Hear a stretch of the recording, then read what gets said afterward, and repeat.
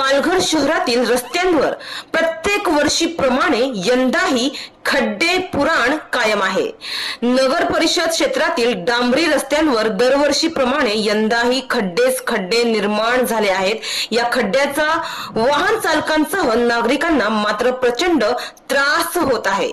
त्यांना त्रास सहन करावा लागत आहे।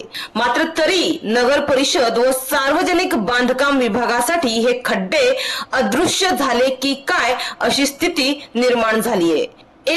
एक फुटाचे खड्डे या रस्त्यांवर तयार झाले असून ते बुजवणार कधी असा संतप्त सवाल नागरिक आता करू लागले आहेत। असा संतप्त सवाल नागरिकांकडून विचारला जात आहे।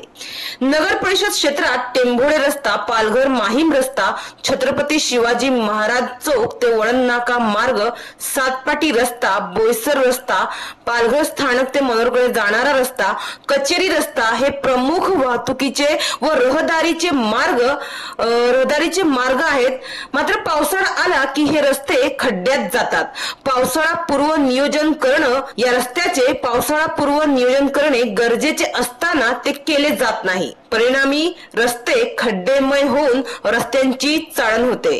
रस्त्यात खड्डे पडले की जास्त पाऊस पडल्याने खड्डे झाले असे सोयीस्कर उत्तर देऊन पावसावर आरोप केले जातात। म्हणजेच पाऊस पडले म्हणून हे खड्डे झाले असं सोयीस्कर उत्तर नगर परिषद आणि सार्वजनिक बांधकाम विभागाकडून दिलं जातं।